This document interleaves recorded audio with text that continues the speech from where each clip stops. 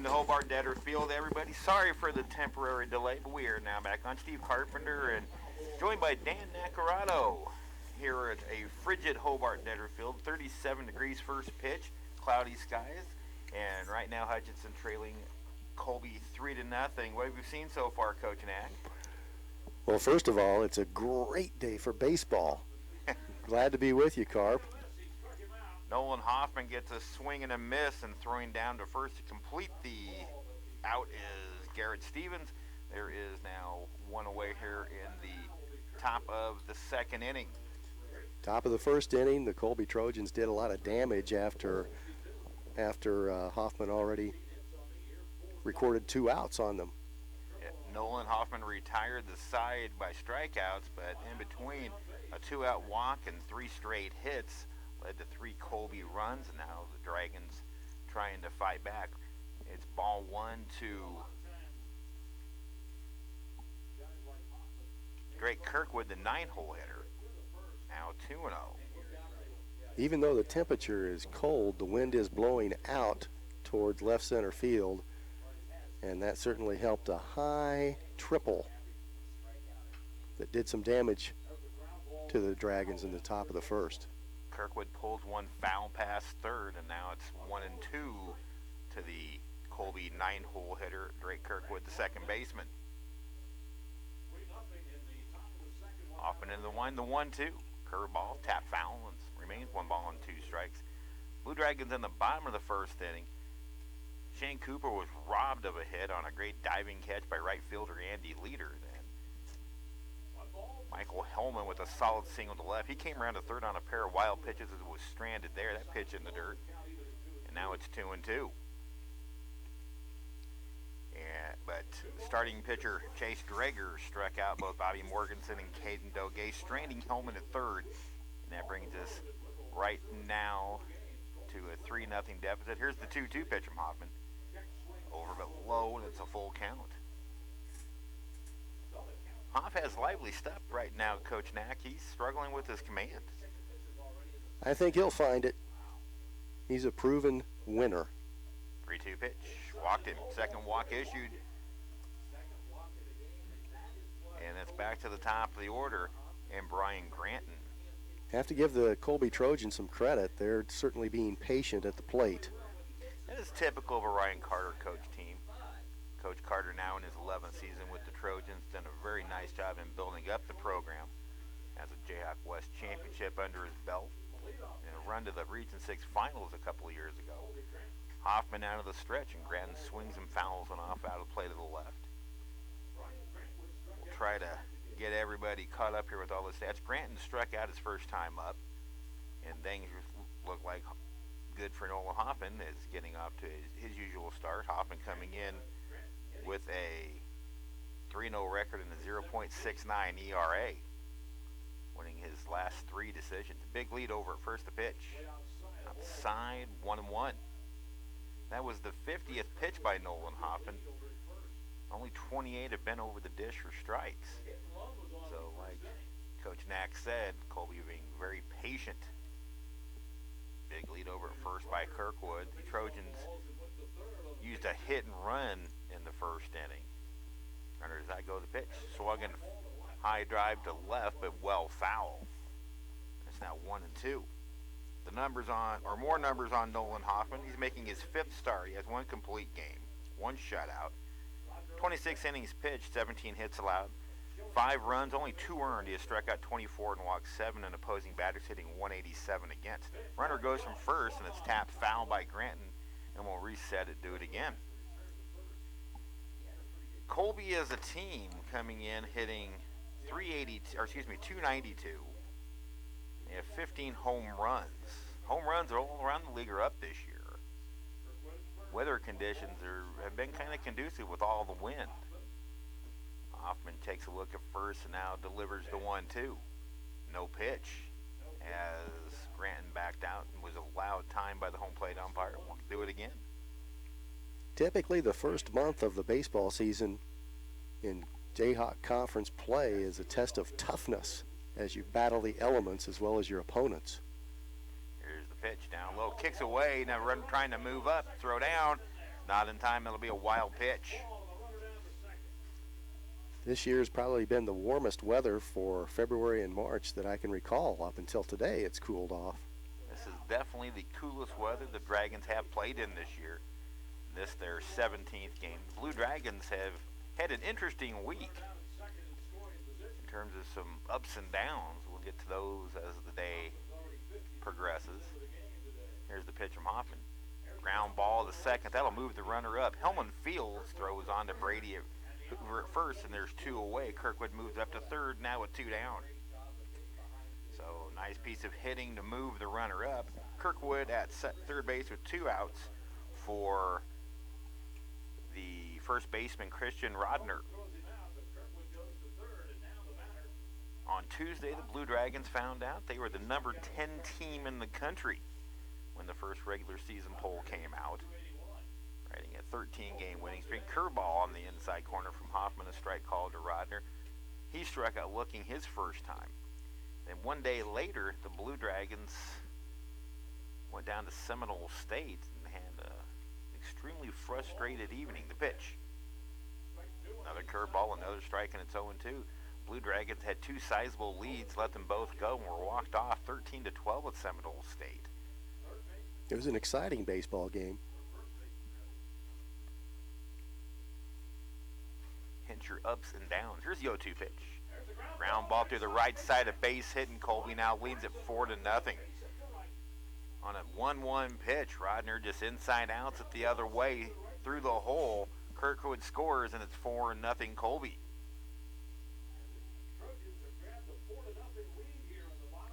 Interesting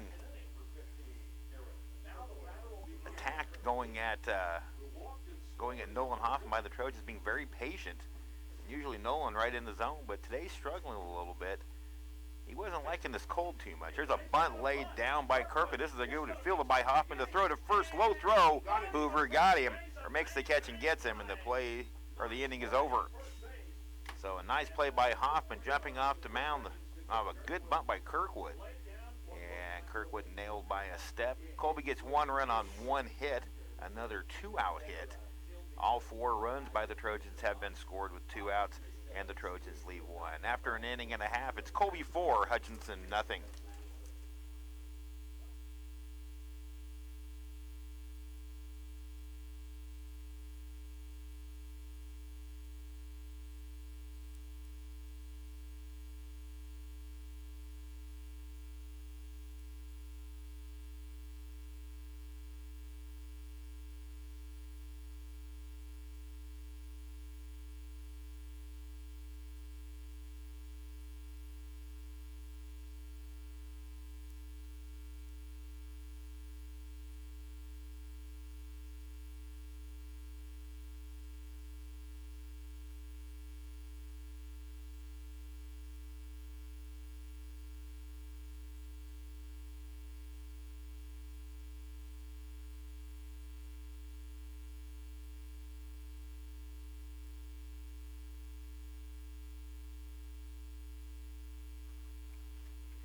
Dragons have some work to do. They trail Colby 4-0 after an inning and a half. Steve Carpenter, Dan Necarano with you here on the Blue Dragons Sports Network. And again, sorry we got started late. The computers were acting up and having maybe they were off an hour because of the time change. So, but now we're back to work, and here we go for the second inning. Dragons first baseman Brady Hoover will lead it off, and it's a strike on a breaking pitch from Chase Drager. The line delivery from Drager. Another curveball, misses low and outside for a ball. Brady Hoover finally getting back in. He missed the first couple of weeks with an injury, hitting .258 now in his 7th game. He's 8 for 31, a couple of home runs and 6 RBIs. Drager's pitch, check swing foul, is 1-2 to the third-year sophomore from Wichita. 4 runs, 4 hits for the Trojans. No runs, 1 hit for the Blue Dragons. That 1 hit, Michael Hellman. Got him swinging on a off-speed pitch. That is the 3rd strikeout for Drager, 3rd consecutive strikeout Base is empty, one away for center fielder, sophomore Nolan Hackle. Hackle hitting .426, 20 hits and 47 at bats, 6 doubles, a triple, 3 home runs, and 9 RBIs. He is one of 4 Blue Dragons currently riding 10 hitting streaks of 10 or more games. Slow grounder to short, charging is Kirkwood. He has it and throws Hackle out, 2 away. That'll bring up the right fielder, Marquise Doherty. Mac, this Blue Dragon team all season long has had this very aggressive approach. How do they take that approach and turn it into a positive against Drager, who's just pounding the strike zone? Well, it certainly worked well for them all season. And for a team that hits the ball as well as the Blue Dragons do, it's a dangerous proposition for a pitcher to pound the strike zone the way this Colby Trojan is. 1-0 to Doherty. The pitch hit him right in the shoulder. Taking one the Blue Dragon way, wearing the pitch. So Colby in the first inning got a 2-out walk to get something started. Let's see if the Dragons could take a 2-out HBP to Doherty. That's the second time he's been hit by a pitch, which means he's about 61 behind his brother. You knew that's what I was looking for, to see how many he needed to catch Brandon. There's Garrett Stevens, the catcher. Stevens on this young season hitting .306, 11 for 36. He swings and drives one to center field, playable low for Kirkwood. He's got it. And the Dragons are done in the second. No runs, no hits, and they leave 1. We've completed 2 in this first of 4 from Hobart Detter Field. Colby 4, Hutchinson nothing.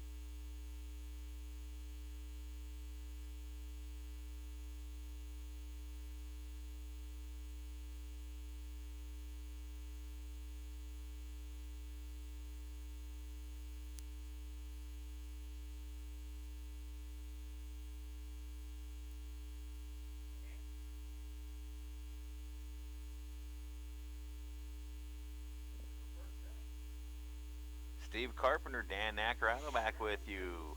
Hutchinson trails Colby 4-0 on a frigid Sunday afternoon. These games, or the series, was pushed back a day for cold weather and potential precipitation yesterday. So the Dragons will be playing for 4 consecutive days, 6 games in 4 days, 2 today, 2 tomorrow. A single game with Jayhawk East Power Cowley on Wednesday, and the North Iowa area comes in Wednesday. It's going to be a busy week for Blue Dragon baseball. And then softball takes over Thursday and Friday with a couple of doubleheaders to open up the conference season. We'll have them all for you right here on the Blue Dragon Sports Network. Andy Leader to lead it off. And he takes a strike from Nolan Hoffman. Leader singled on a hit and run in the first inning that drove Garrett Kirkwood from first to third and setting up the 2-run triple. The pitch.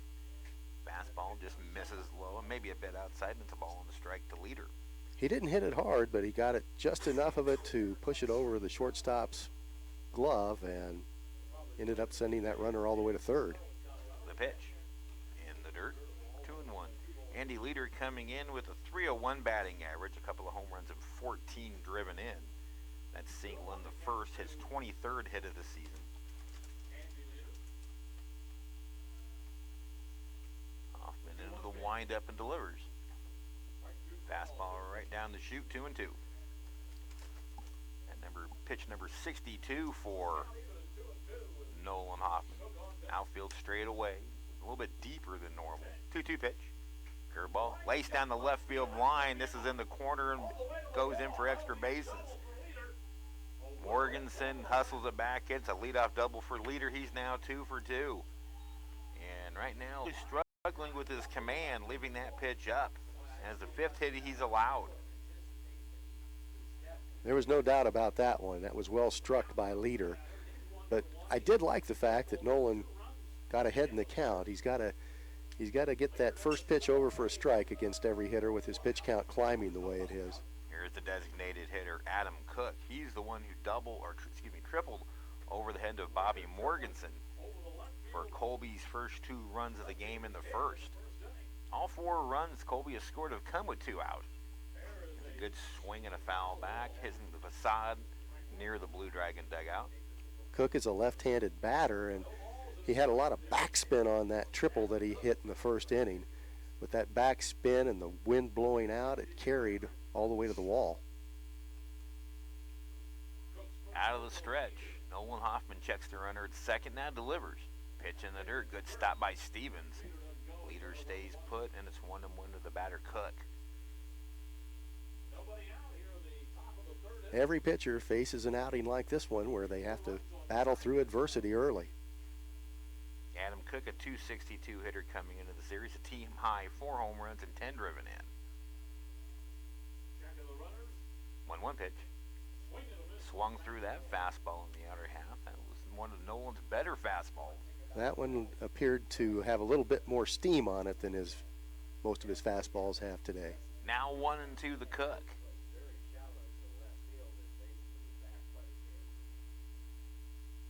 Stevens drops the sign. Hoffman comes set and checks the runner. Now delivers the 1-2.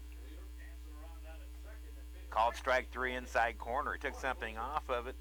Cook was looking for something else, got the changeup on the inside corner, and Hoffman gets his 5th strikeout of the game. 1 away with the runner at second for the catcher, Cole McLaren. Beautiful pitch combination. To get the 2nd strike, he was up and away with the fastball, and then to get the 3rd strike, he was down and in. McLaren singled through the right side to make it 3-0 in the first. Have a little bit of action in the Blue Dragon bullpen. The pitch. 1 away, ball 1. Cole McLaren, 273 hitter for the Trojans coming into this series. A couple of home runs, 9 RBIs.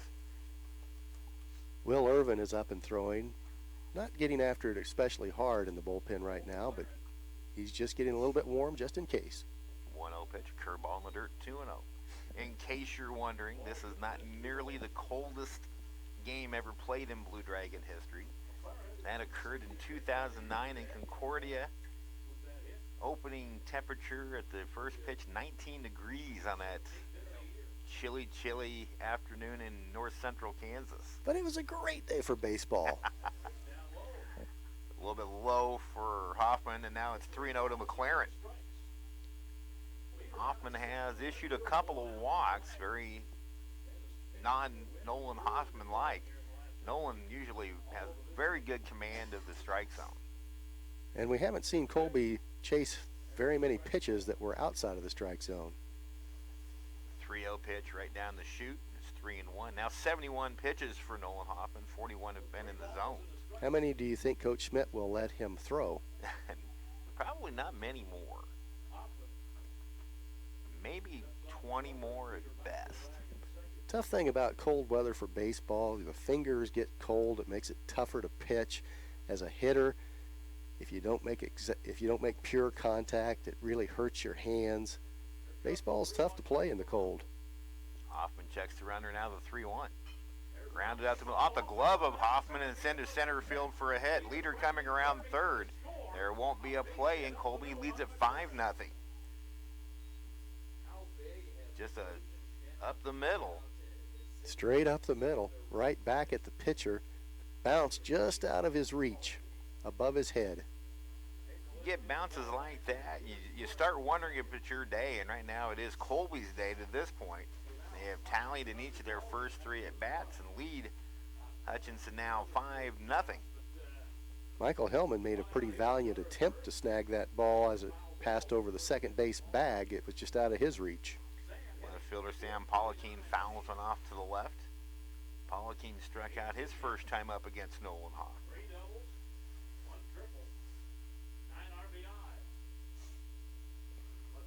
Hoffman checks the runner and pitches. There's a fly ball down the left field line, but it's going to hook foul. When I got to the park this morning, Nolan was sitting up here in the press box by himself, and he was hoping, above all hope, that this was his last ever cold weather game to pitch in. Next year at Texas A&M, he stands a little better opportunity of that. 0-2 pitch. Barely stayed alive as Paula Keen, and it remains no balls and 2 strikes. Colby now with 6 hits in the game to the Dragons 1. Now, the interesting note about the Dragons, one of the top hitting teams not only in the conference but the country, they have scored runs in bunches, so this game far from over. Scheduled for 7. The pitch. Side a little bit low, 1-2. Couple of things you can count on. Every day is a great day to study business and never give up on Blue Dragon baseball. You and I have seen many a comeback over the years. 1-2 pitch. Outside, another breaking pitch, and it's 2-2.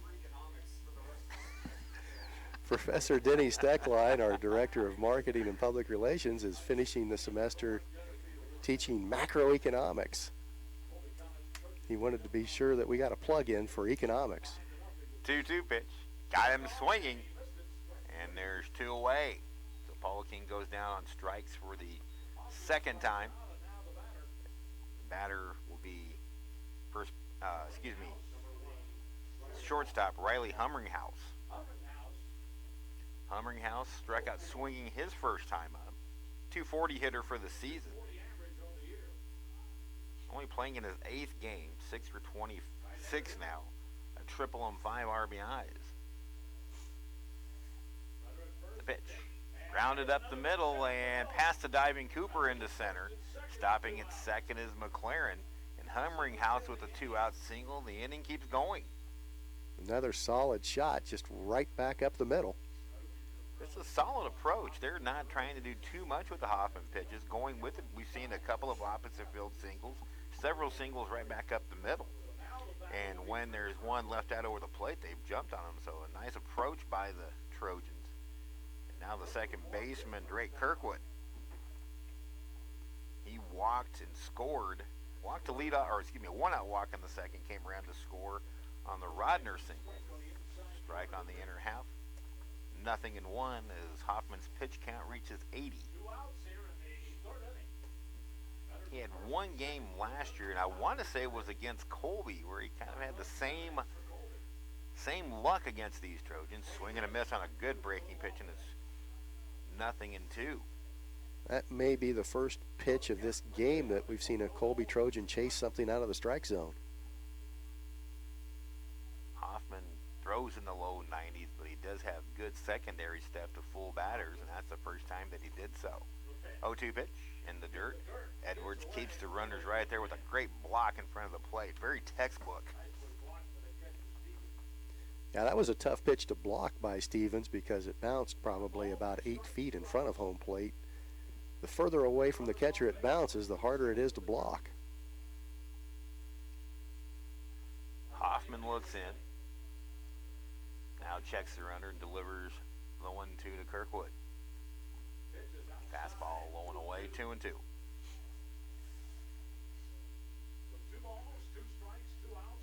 Hoffman, one of 2 current Blue Dragons to be heading to College Station, Texas next year to play for Texas A&M. The other second baseman, Michael Hellman. It's become a nice pipeline. From Lincoln, Nebraska, or from the state of Nebraska to here to Texas A&M. Outside, full count now, so the runners are going to go. They just keep working their way south.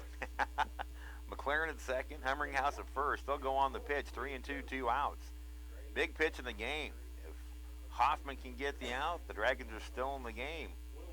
If Colby wins it, that's something else. Swing and a miss, strike 3, and the Dragons are still in it. Second time today that Hoffman strikes out the side, but Colby gets a run on 3 hits and strands a couple. After a 2.5 here at Hobart Detter Field, Trojans 5 and the Dragons nothing.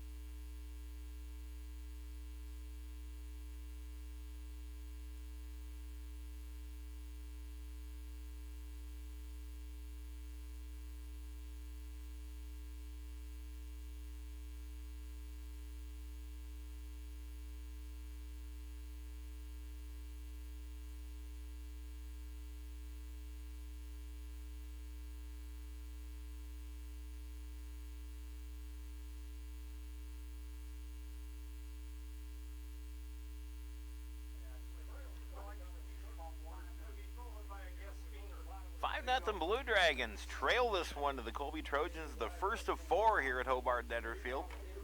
We'll be back with you again in about 25 minutes after the completion of this game, and then a pair of games tomorrow. Busy week for the Blue Dragons. This is the second conference series of the season. We'll get into some conference information as Wyatt Divis leads off the bottom of the third for the Blue Dragons. Drager throws strike 1. And right now, Knack, there's your difference. Drager's throwing strike 1. Nolan Hoffman's really struggling consistently throwing strike 1. Got to get ahead in the count. Wyatt Divis hitting .213. And now he's down in the count 0-2. Seemingly, the Blue Dragons have been behind in the count this entire game, as Drager has only thrown 26 pitches compared to more than 80 for Nolan Hoffman. 17 have been in the zone. The line to the pitch. Lifted to left field. Left field comes in, but now going back and making an over-the-shoulder catch is Sam Pollicking. And that's a second great outfield play by the Trojans today.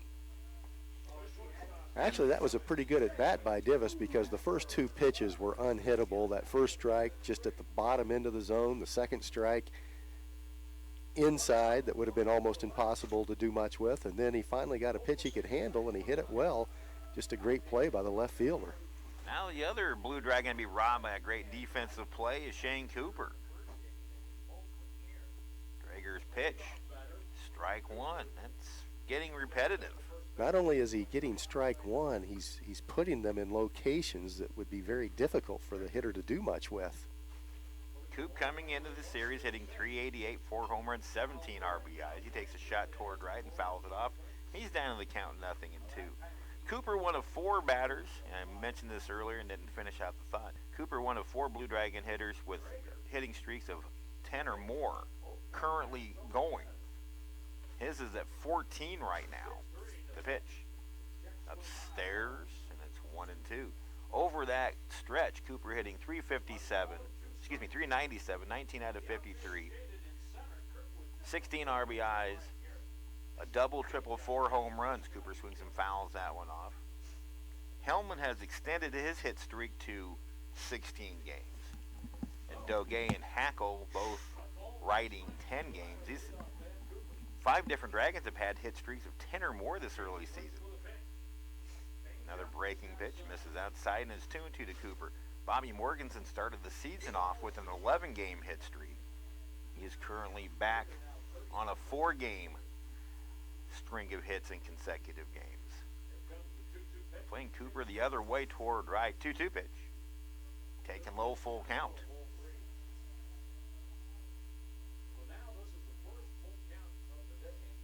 Coop, the Blue Dragon single season hits leader at 98. He's got 26 into this pitch. Lifted to right field, pretty well hit. Going back is leader. He's got it again. A little too much air under that one, and now there's 2 away. That'll bring up Michael Hellman. Just mentioned that the sophomore out of Lincoln Pius X High School in Lincoln, Nebraska, now with a 16-game hitting streak. That streak now entails 34 hits in his last 61 at-bats, 20 RBIs, 4 doubles, 2 triples, and 6 home runs. Drager gets him with strike 1 to start this at-bat. Strike 1 right at the knees. Tremendous command for Drager so far. 0-1 pitch is lifted high and deep to left field. Pollicking is going back. He looks up, and it's out of here. I think that one's over the trees beyond the left field fence. That is home run number 7, a team high 7 for Hellman. He's got 21 RBIs, and the Dragons are on the board now, trailing 5-1. So he got a pitch up in the zone and turned on it, Knack, and that was a no-doubter. Even with the wind blowing out, that was a no-doubter. Michael Hellman is making a very difficult sport look easy at the plate. He was hitless in his first game of the season. He is now hit safely in every game since. Swing and a miss from Bobby Morganson, who struck out his first time. Morganson into the series at .439 with 4 home runs, 32 RBIs. He's got 29 hits now, That hit for Hellman, his 34th of the year. 34 hits already. That's incredible. Change-up swung on and missed. Nothing in 2.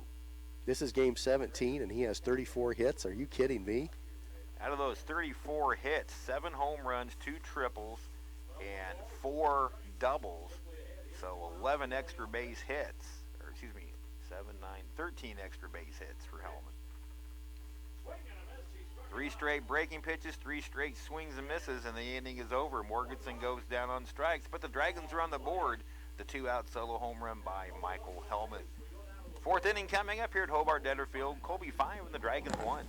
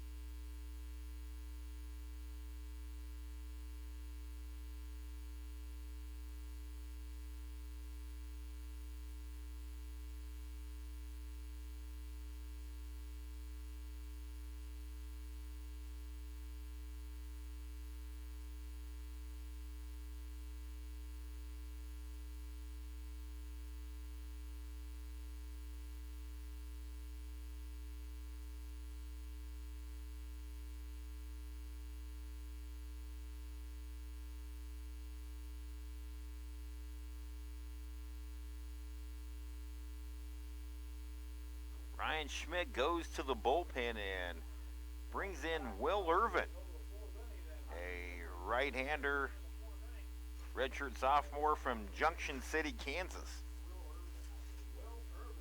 Nolan Hoffman works a season-low 3 innings, give up 7 hits, 5 earned runs. He struck out 7 but walked 2 in 85 pitches. The pitch count really climbed fast, especially after that first inning, Dan Nacarado.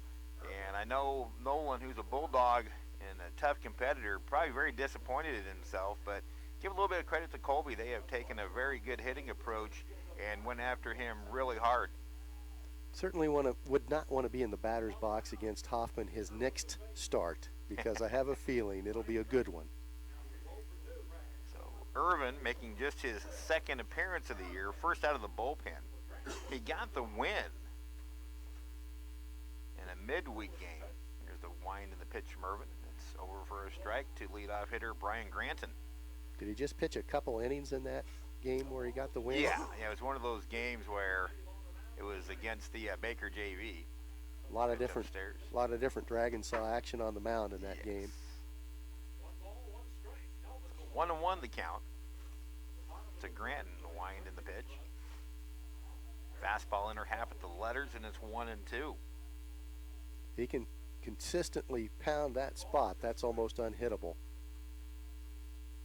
Irvin likes to work quickly. The pitch. Breaking pitch in the dirt. Irvin coming off arm issues, did not throw last year. And he was ultra amped up for that start against the Baker JV. Way outside, just like that. I think that one slipped out of his hand a little bit. But I do like his pace. Here's the 3-2. Hit him. You never want to get hit on ball 4, do you? Well, it works either way. You're going to get first base, but it's a leadoff hit by pitch where now the Trojans have had leadoff batters reach in their last 2 innings. I think even for the Blue Dragons, it's acceptable to get out of the way when it's ball 4. Here's Christian Rodner, 1 for 2, an RBI single in the 2nd. Breaking pitch, showing bunt. It's outside, another good stop by Garrett Stevens. So, and now Colby looking to set up another scoring opportunity. They've tallied in their first 3 innings. 3 in the first, 1 each in the 2nd and the 3rd. The pitch. Bunt laid down, fielded by Irvin. Only play will be to first. So the sacrifice works 1-3. Granton moves up. He's at second base with 1 away. So Colby playing very fundamental baseball right now. Here's the center fielder, Garrett Kirkwood. Kirkwood has walked and scored and then grounded out to Nolan Hoffman on a very good bunt. He actually dropped down that bunt, made Nolan Hoffman come off the mound to get it to end the second inning. Just got him by a step. Righty-lefty matchup. Here's the pitch. Good strike at the knees. Good location. That's a fantastic location. As a hitter, you just can't do anything with the pitch that's thrown in that spot. Right now, if there's a big question mark on this Blue Dragon team, it is the bullpen. And they're going to be asked to do some work today. A 1 pitch. In there for a strike, and it's 0-2. During that 13-game win streak, the starting pitching was so good that the bullpen wasn't especially tested. And the hitting was so good by the Dragons. Dragons have put up some runs this year. Not expected to be overly powerful like they were last year, but that's not been the way. High fly ball left center field. On the run is Hackle, and he can't get to it. Gratton will make the turn around third. He will score, and Colby gets that run right back, and once again leads by 5. Now it's 6-1. It was well hit, and the direction the ball was hit towards left center field is exactly the direction the wind is blowing pretty stiffly.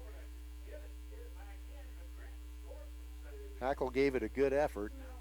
I don't think any human being could have chased that one down, though. So 4 straight innings the Trojans have tallied. And it's 6-1 now for a 3-hole hitter, Andrew Leader, who's 2 for 2, a single, a double, and 2 runs scored. Strike at the knees, outside corner. Dragons now being out hit 8-2.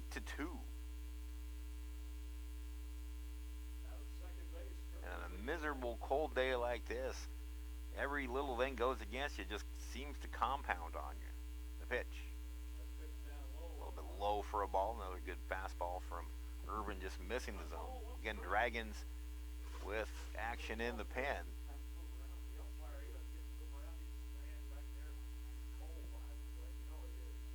It's TJ Egwarts. Wind to the 1-1, way outside a breaking pitch, and it's 2-1. Carp, I think you told me that Colby got into town last night and stayed here in the center of the garden spot of the universe for the evening. And with the time change, probably a good move on their part. They're going to be in town anyway. Pickoff move at second, and the ball kicks away into right center field. Better hurry. That will allow Kirkwood to move up to third. It'll be a throwing error on the pitcher, Irvin. First error of the game for either team.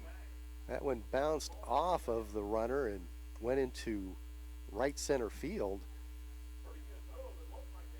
If Kirkwood would have really popped up and ran hard, he might have been able to score based on the direction that ball ricocheted off of him. And conversely, if that throws to Hellman's glove, they've got him dead to rights. They did have pitch him. in the dirt, kicks away. Here comes Kirkwood in to score in a wild pitch, and it is now 7-1 Trojans.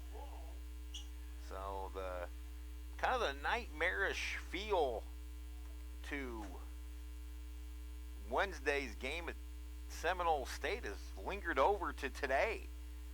The Dragons scored 2 in the 9th to go up 12-9, and then gave up 4 runs in the bottom of the inning to lose 13-12 to Seminole State. Seems to be a bit of a hangover. There's a line shot off the glove of Doge and into shallow left field. That ball was smoke. Leader makes a big turn at first, but stays put. And that'll be 9 hits. And Scott Reller coming out. Right now, the Trojans' offense is on. That is now 9 hits, and that ball was a frozen rope by Leader. He's now 3 for 3. Looks like Coach Reller is going to go ahead and make the change. Change being made. TJ Egbart's coming in. We'll tell you about him after this break.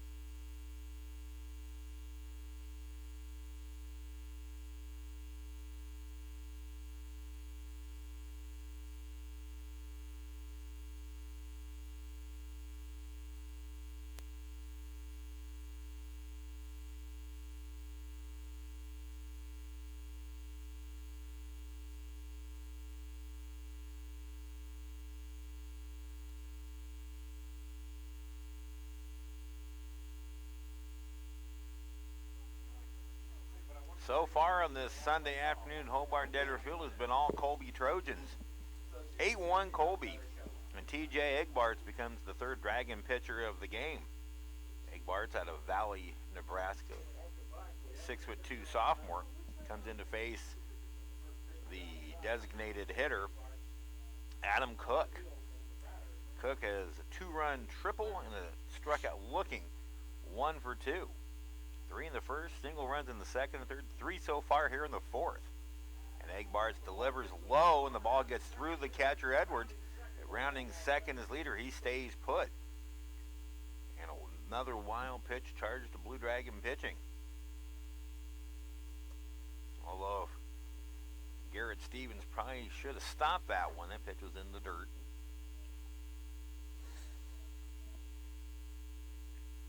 So an ugly start to this series.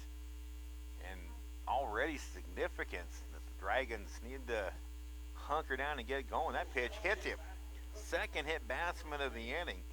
And 4 of the first 5 have reached for the Trojans here in the fourth. Right now, Knack, nothing going right. No, this has been a nightmare first few innings of the game for the Blue Dragons. Coach Schmidt's coming out to argue that the batter made no attempt to get out of the way of that pitch. The significance of this game, Dodge City did play yesterday. They got their series, or their first 2 games of their series with Butler in. And kind of shocking scores, but Dodge City swept the Grizzlies 1-0 and 5-0 and are off to a 6-0 start in conference play. After Hutchinson's sweep of Seward County last week, they are 4-0. So, in essence, right now a game behind, but tied in the loss column, but that is in serious jeopardy now. Pitch to McLaren is taken low for a ball.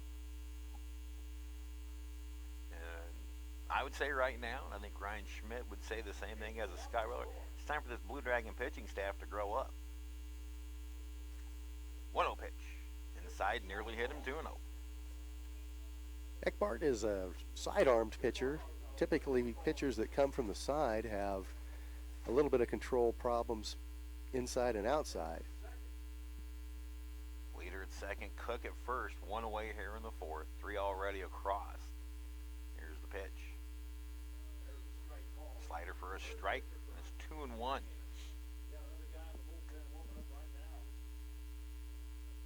Dragons used 5 pitchers on Wednesday. Well, everybody was available today.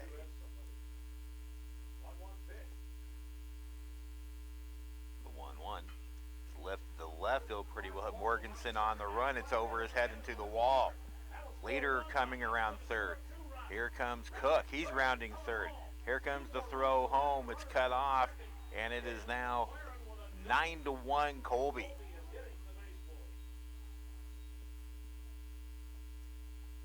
Cook scores from third, Leader from second, and it is all Colby right now. 10 runs on 10 hits, 4 in the inning. 10 hits to 2 for the Dragons.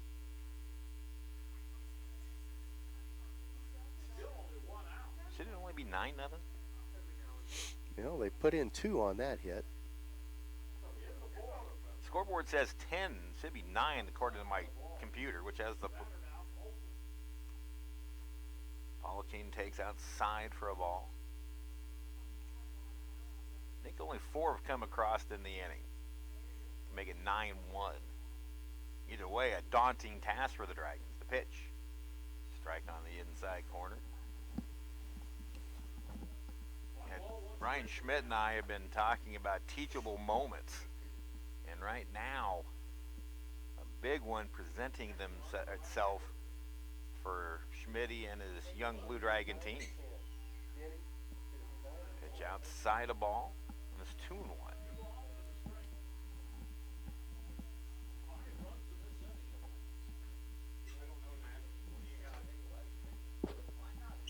We got 9.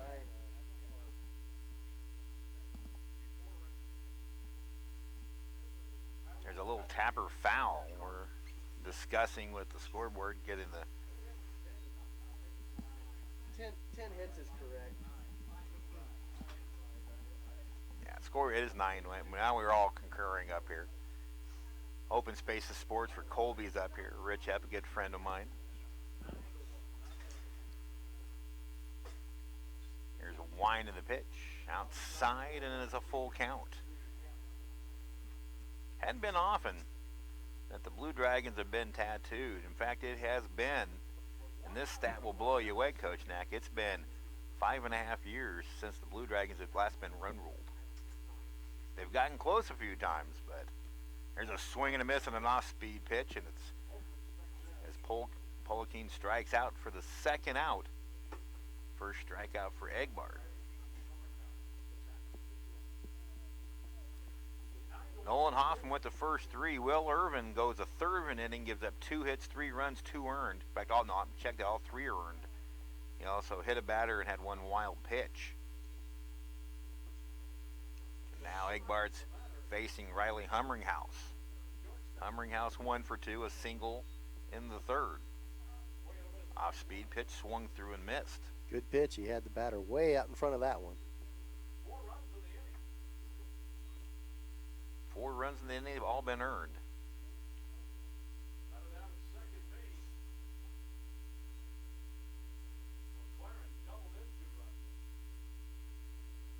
There's another swing and a miss. Foul tipped in the glove, actually. Scoreboard is now correct. The way things are going, it feels like 10-1. Here's the pitch. Lifted toward the gap in left center field. It's down for a hit. Morganson cuts it off. McLaren comes around to score to make it 10-1. And the Trojans just pounding away right now at the Blue Dragons. This hasn't happened in a long time. So now 5 runs in the inning. And Drake Kirkwood, the second baseman, steps in. And you got to think, Coach Knack, you don't want to have a sacrificial lamb, but do you let Egbard kind of take one for the team? Runner goes and the pitch hit him. Third hit batter of the inning. They might call him. Well, they might call him back on this one. You know, Coach Schmidt argued on the last batter that was hit by a pitch that he made no attempt to get out of the way. This one hit him right in the hip. That one was kind of hard to get out of the way of. Well, you wonder if they aren't calling him back. Coach Ryan Carter came out to talk to him. They are bringing him back. Well, credit that one to Coach Ryan Schmidt for the discussion that he had with the umpire on the previous batter that was hit by a pitch. So everybody will return. And the home plate umpire will have Drake Kirkwood come back to the plate. They'd have 11 hits.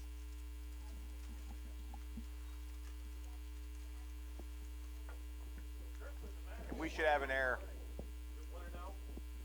1-0, and we should have an error.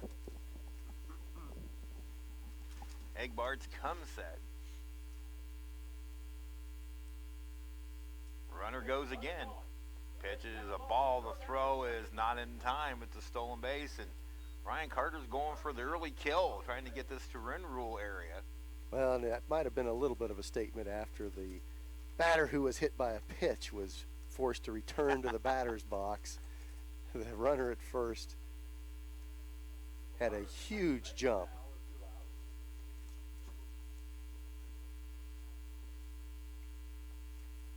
So just an ugly inning and an ugly start to this series for the Blue Dragons. The pitch. Strike inside corner, 2-1. So right now it looks like this game will probably go 7 and the second game will go 9. That's the way it would be anyway. Right. At 7-9, but this one could end in 5 if the Blue Dragons don't get the offense going. That's true. Here's the pitch in the dirt. Another stop by Stevens, and it's 3-1. It could end up being a very short game.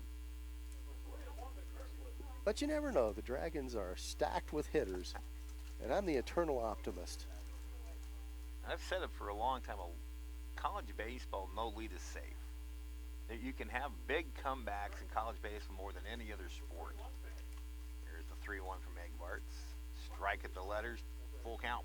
And as cold as it is, the Colby pitchers have been sitting over in the dugout for quite a while this inning. Humringhouse gets his lead at second. 3-2, 2-out pitch. Lefted to left field. This one looks like Morganson now back a couple of steps. He's got it, and the inning is over. 9 players come to the plate. 5 runs, 4 hits, 1 Blue Dragon error, and 1 left. We've completed 3.5 in Hobart Detter Field. Our new score, Colby 10 and the Dragons 1.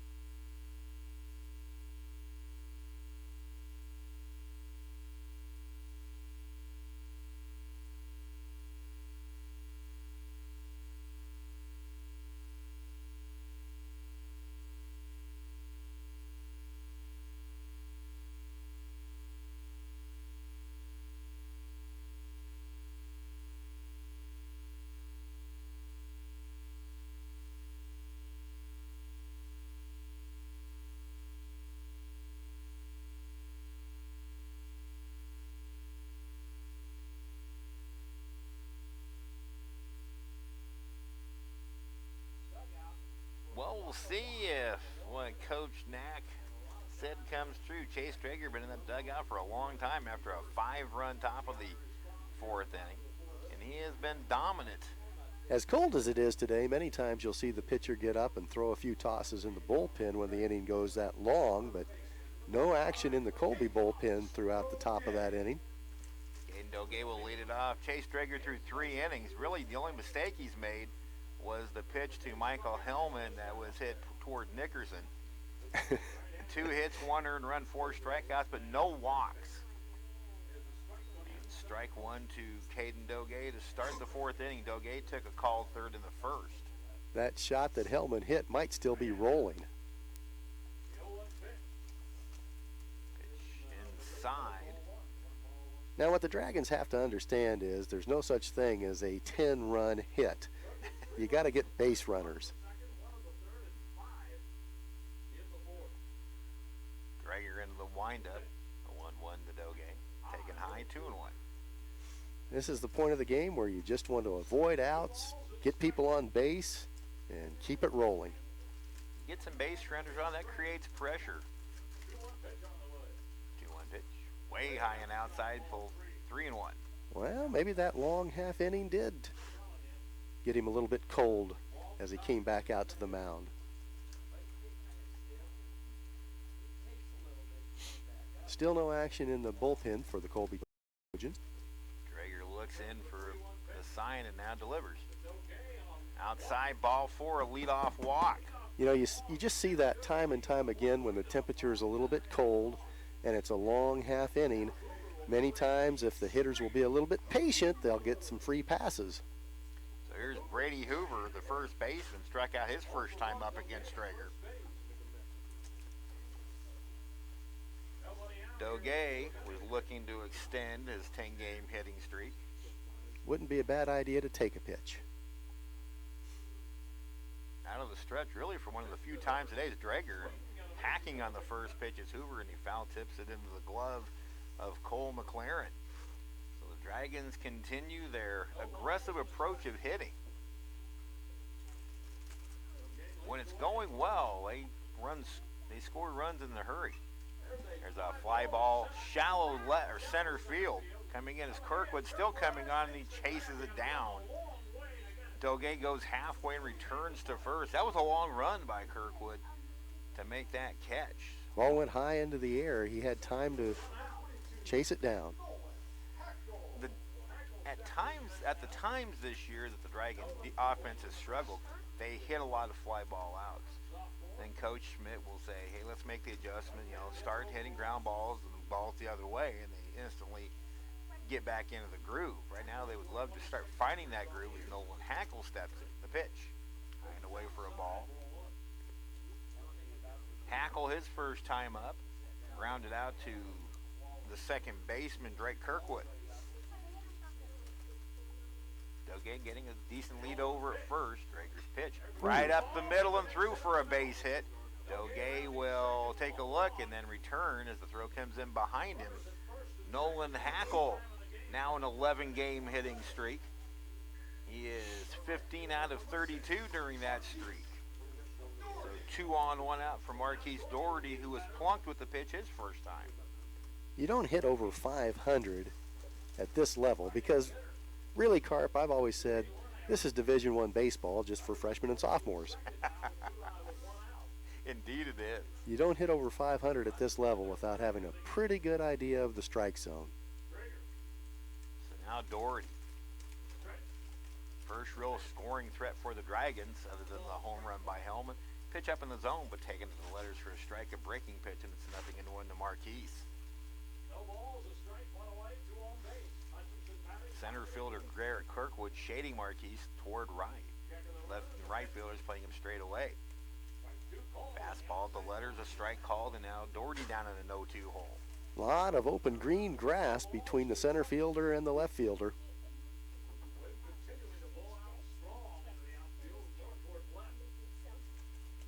Drager steps off for a moment. The Blue Dragons, with that Hellman home run, has now hit 34 for the season. They're among the nation's leaders in home runs.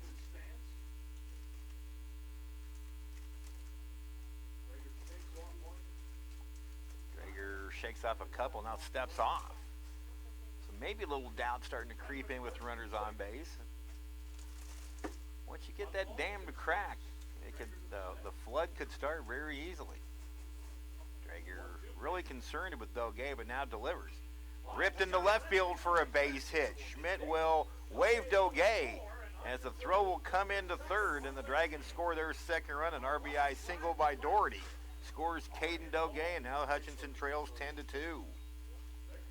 Marquise Doherty driving in his 15th run of the year. Hackle stops at second. Doge scores from second. Now it's 2 on, 1 out for the catcher, Garrett Stevens. Stevens flew out to center his first time up. Gave it a pretty good ride. We just got it too high up in the air. 10-2. I might, oh, Danny, you caught me. I just pulled a Lake and Preisner. Ball 1 to Garrett Stevens. You can't get away with anything in this press box with Denny Steckline on duty.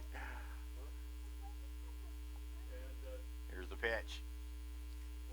Outside 2-0. So now right now, Knack, you got to be aggressive, but there's got to be some patience into this approach you're taking because Drager now kind of struggling a little bit with that long delay. Well, unless I'm a 400 hitter, I would probably wait until a strike is called on me before I would swing. Hackle at second, Doherty at first. Here's the 2-0. Outside 3-0. Way outside. Wyatt Davis on deck. 1 out in the inning, 1 run across.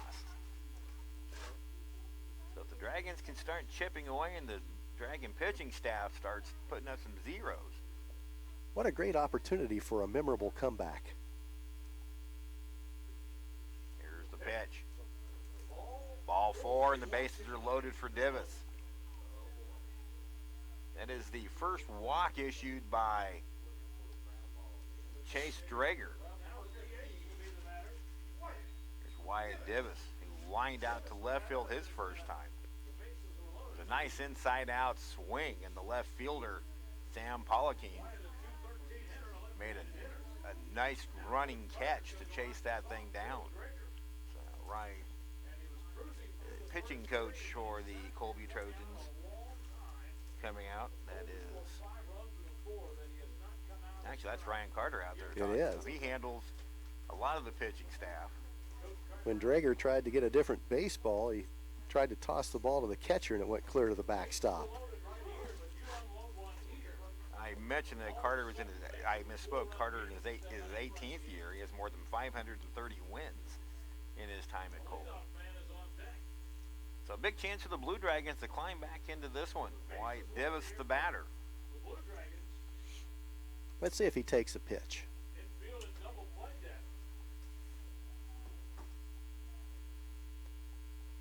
Drager's pitch. Inside, ball one.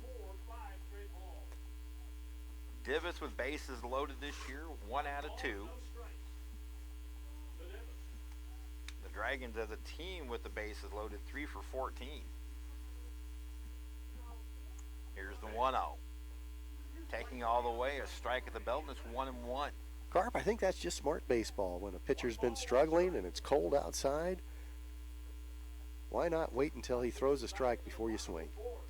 Divis with slightly open stats, awaits the 1-1 from Drager. Here it is. Inside, 2-1. Dragons have not hit 11-4. With their offense starting to show signs of life. They have them loaded here in the 4th with 1 run already in. 2-1 pitch. Fouled off. It's 2-2. Shane Cooper will be on deck.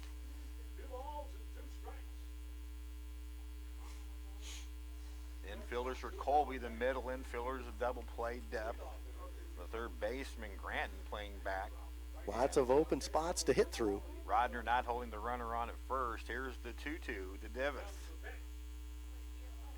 Just missed low. Close pitch, but it goes the way of the Dragons. It's a full count to White Divis. Drager really wanted that pitch. He makes a wide berth around to get the ball and climb back aboard, so he thought he had the strikeout of Divis. Made a lap around the pitcher's mound, big smile on his face. Umpires don't typically like that. Now the payoff to Divis. Slow roller to second. They flip to second for 1. Return throw to first. Safe, and a run will score. They get to force it second, but Nolan Hackle scores to make it 10-3, and that'll give Shane Cooper a shot. Stevens will get his 7th RBI of the year on the fielder's choice. Doherty goes to 3rd. So now Coop. Pair of fly balls to right field, 0 for 2. Coop trying to extend a 14-game hitting streak. 10-3 the score now. Pitch to Cooper. In the dirt. Trying to move up to second is Divis, and he will take it without a throw. A wild pitch charged to Drager. Now 2nd and 3rd, 2 out. The force play is off. Good read by Divis to see that ball was going to be in the dirt. Didn't kick very far away, but you figured the catcher McLaren wasn't going to take that shot and risk an overthrow and give up an easy run. Outfield playing deep, especially in center field for Coop. Very deep. The pitch. Outside, 2-0. It really seems like Drager has worked Cooper away. Really haven't come inside. Cooper's taken 2 shots to right field and been robbed of a hit. The other one got a little too much up in the air. 2-2 pitch. He went around, fooled on a pitch up in the zone, and now it's 2-1.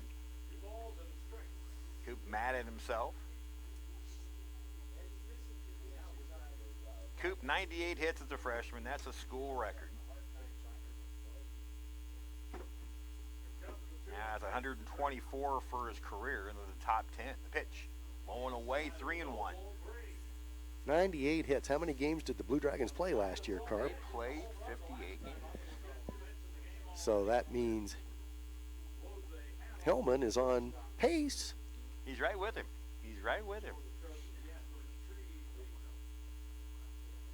Cooper became the 35th Blue Dragon with 100 career hits, and a week later, Michael Hellman joined him as the 36th player in Blue Dragon history with 100 career hits. Here's the pitch. Swing and a miss. Full count. So we've gone as far as we can. 3-2, 2 out. Doherty at 3rd, Divis at 2nd. 2 runs across.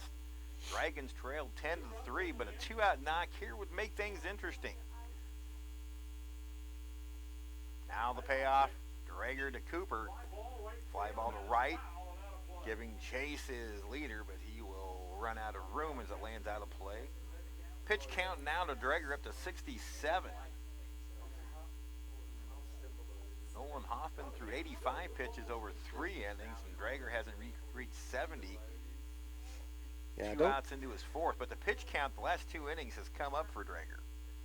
Don't judge Nolan Hoffman by the outing today. Not at all. He's a far better pitcher than what turned out today. 3-2 pitch, ball 4 high, and the hot-hitting Michael Hellman steps to the plate. This makes things intriguing. Hellman 2 for 2. Now in 16-game hitting streak, 35 for 62. That's incredible.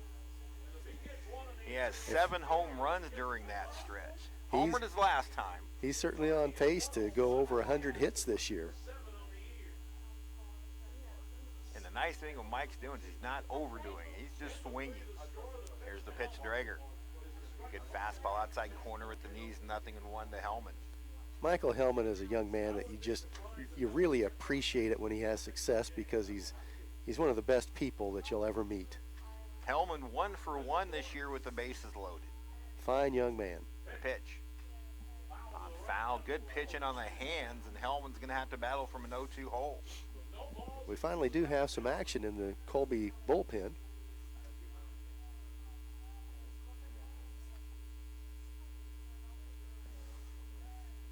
With 2 outs this year. Hellman's 12 for 25. That's a 400 average. 0-2 pitch. Yeah, baby. Round ball right to the second baseman, Kirkwood. He throws out Hellman, and the Dragons leave him loaded in the 4th. Hit it well, but right at Kirkwood, the old Adam ball. Well struck. Dragons get 2 runs on 2 hits and leave 3 after 4 here at Hobart Detterfield. 10-3 Colby.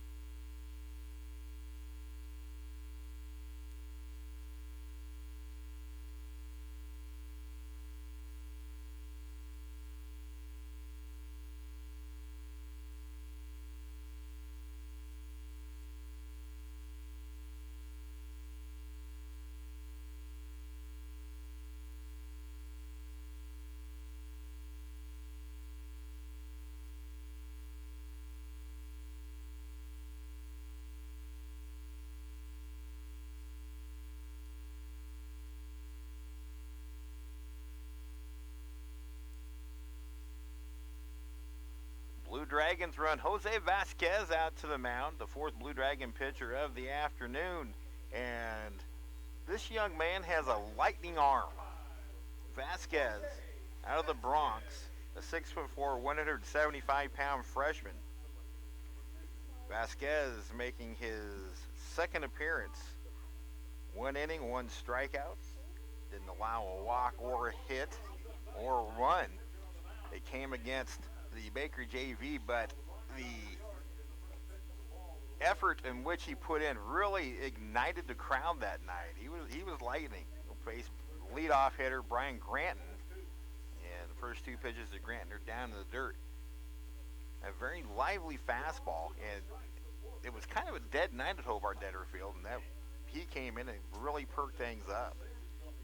Here's the pitch. Taking high, ball 3. He's got a little bit of an adrenaline rush right now. He's muscling up on these fastballs. He's got the top of the order, Granton, Rodner, and Kirkwood. Dragons trail it 10-3, and it's a 4-pitch walk.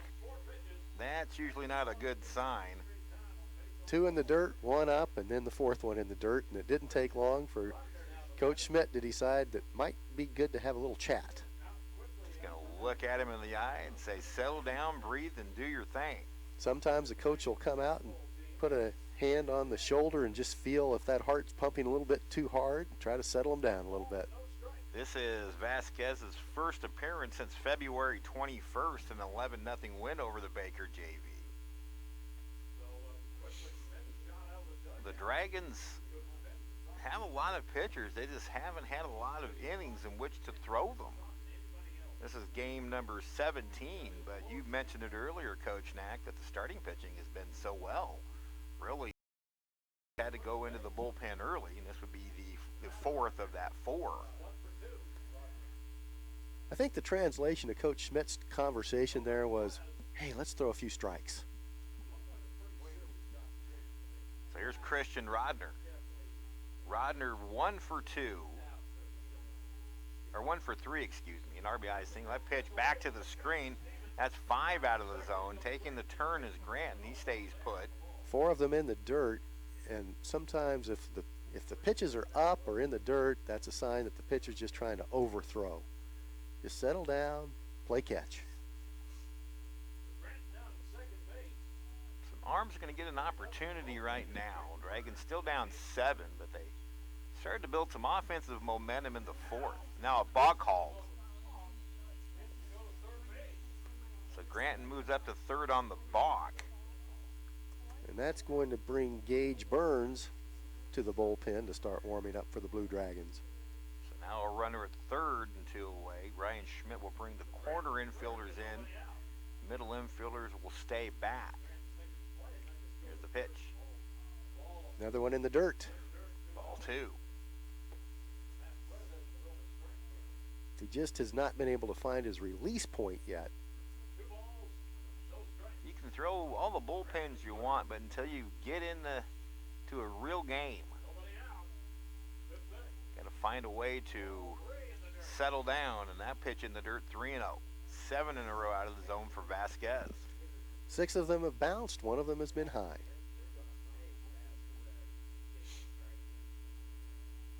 Dragons used 5 people out of the bullpen on Wednesday at Seminole State. There's a strike, something to build upon. That's right. That one was on the black on the outside corner. Good pitch. 3-1. Stevens has done a nice job staying with these pitches at the catching position. And pitch low, ball 4. 1st and 3rd. And we are going to have another pitching change. Scott Reller coming out, and Gage Gage Burns will be the new pitcher. We'll tell you about him right after this break. Dragons trail 10-3.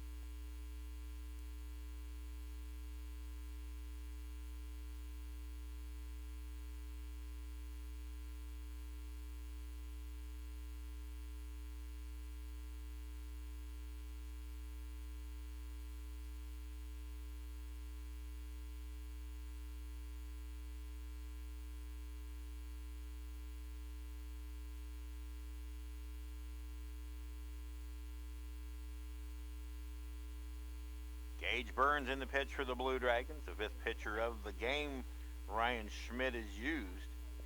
Burns making his 2nd appearance of the week. Burns, a 6'1", 180-pound freshman from Stonewall, Oklahoma. And Burns making his 4th appearance, no record, with a 21.6 ERA. 1 2/3 innings pitched, 5 hits, 4 runs, 1 strikeout, 2 walk, and opponents hitting .500 against him. Gage pitched 1/3 of an inning in that 13-12 loss to Seminole State on Wednesday. Burns allowed 4 hits, 3 earned runs in that game. Faced 6 batters. Here it's ball 1 to Garrett Kirkwood. There's a swing and a miss. That's a good light blue fastball. And it is 1-1. If he records a few outs, it doesn't take long to reduce that earned run average. Grant at third, Rodner at first, nobody out. Both of them walked to start the inning off Vasquez. Ooh. Changeup just sailed outside, and it's 2-1. Close pitch. Yeah, that one was close. Game number 2 will start about 25 minutes, probably a little bit sooner as cold as they get things going pretty quickly today. 2-1. Lifted to center field on the run is Hackle. He'll chase it down. Tagging from third is Granton. He will score to make it 11-3. That's the first out of the inning. The sacrifice fly by Kirkwood. And now the guy the Dragons really need to figure out how to slow down Andy Leader, the right fielder. 3 for 3. 3 runs scored, 2 singles and a double. He's had an impressive day. So Rodner at first, now 1 away. He loves to see Burns throw a double play ball here. Strike at the knees, good location, nothing in 1. That was a location to induce a double play. If he can keep it there.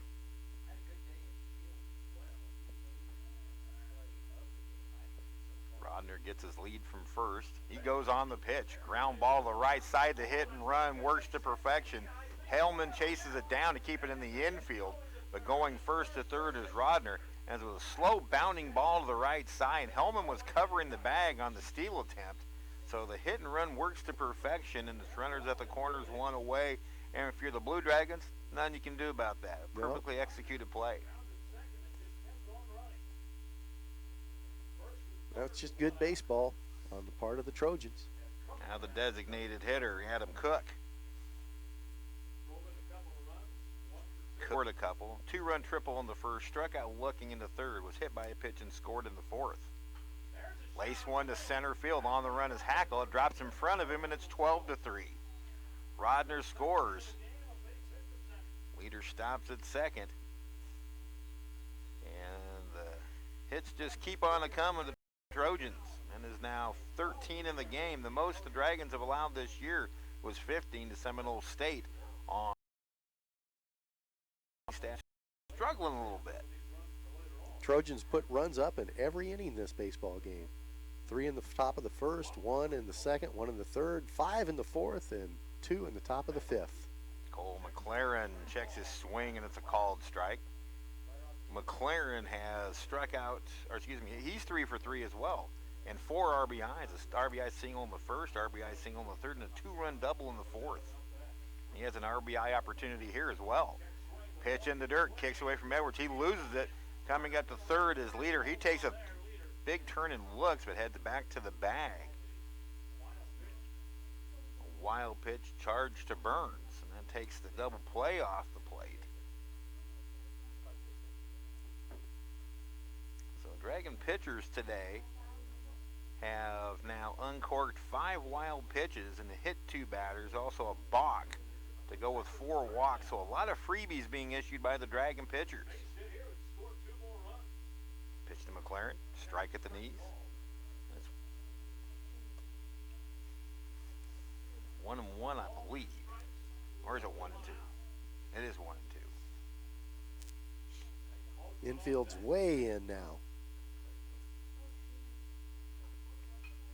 Chop to the left side, fielded by Cooper. He holds the runner at third to throw to first in time. That saved a run. With the positioning of the middle infielders clear in on the infield grass, that slow roller would have scored a run had Coach Schmidt not brought the infield in. And right now, that run at third, the critical one, if they score and then hold Hutchinson in the bottom of the fifth, this game is over via run rule. So here's Pollockine, the left fielder. He's struck out 3 times. Trying to avoid the golden sombrero. Fouls that one off. Big stride for Pollockine. Takes a kind of a slow hack, but Pollockine coming into this series hitting 429. So obviously he's doing some good things with that swing. The 0-1. Swung on and missed that pitch down in the dirt. Now Burns is up in the count, no balls and 2 strikes. Infield back for the Dragons, obviously with 2 outs. The pitch way outside and high. Good stop by Stevens.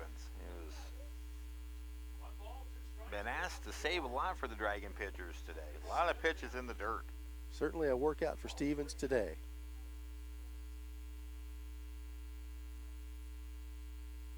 Here's the 1-2 pitch. Way outside, 2-2. There is a family affair in this particular series. Scott Wolverton, who plays for the Blue Dragons, we'll see him catching in game number 2. His brother plays for Colby. Really? I did not know that. Both out of Seward, Nebraska. 2-2 pitch. Got him swinging, and it is the golden sombrero for Pollockine. The Dragons give up a couple more, though. 2 runs on 2 hits, no errors, and 2 left. After 4.5 here at Hobart Debtor Field in game number 1 of this series. Our new score, Colby 12 and the Dragons 3.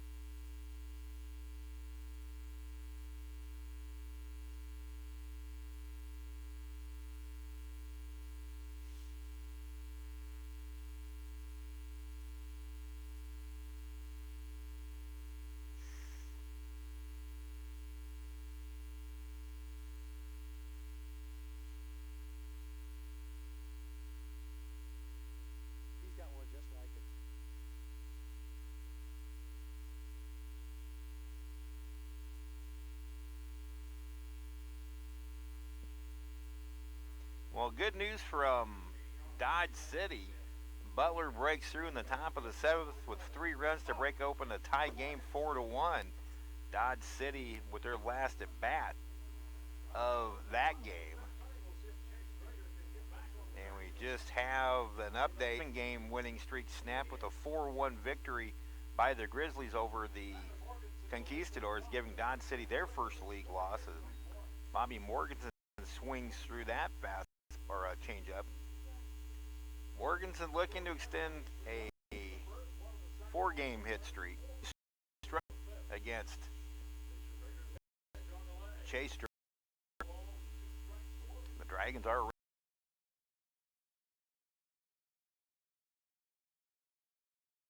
given up 4 hits and runs. He's walked 3. Now 74 pitches. So Gregor has been good enough to hold the lead. It's a 9-run cushion, and it's ball 1 to Caden Doge, who walked and scored his last at bat. He's 0-for-1 with the strikeout. Caden Doge last year, pitch inside, breaking not only the single-season home run record for Hutchinson, but the season record with 31 round trippers. Now that's 36 for his career. It's a great pitch from Drager. Strike at the knees outside corner, and it's 2-1. A little bit later this afternoon, the Blue Dragon basketball team, the men's team, will find out if they're into the national tournament. That swing by Doge fouled up over the press box, and it's 2. So we'll find out if the Blue Dragons will make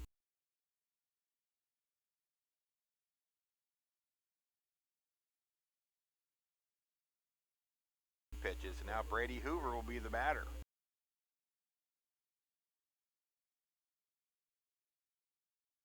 game of the year has been 6.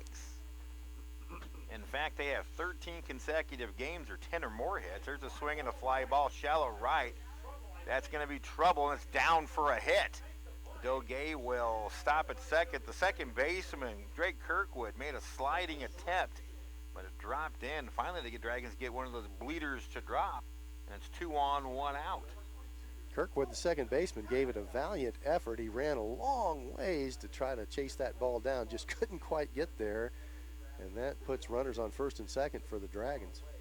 So Brady Hoover with his first hit of the game, 5th of the Dragons, and that'll bring up Nolan Hackle, whose last at bat extended his hit streak to 11.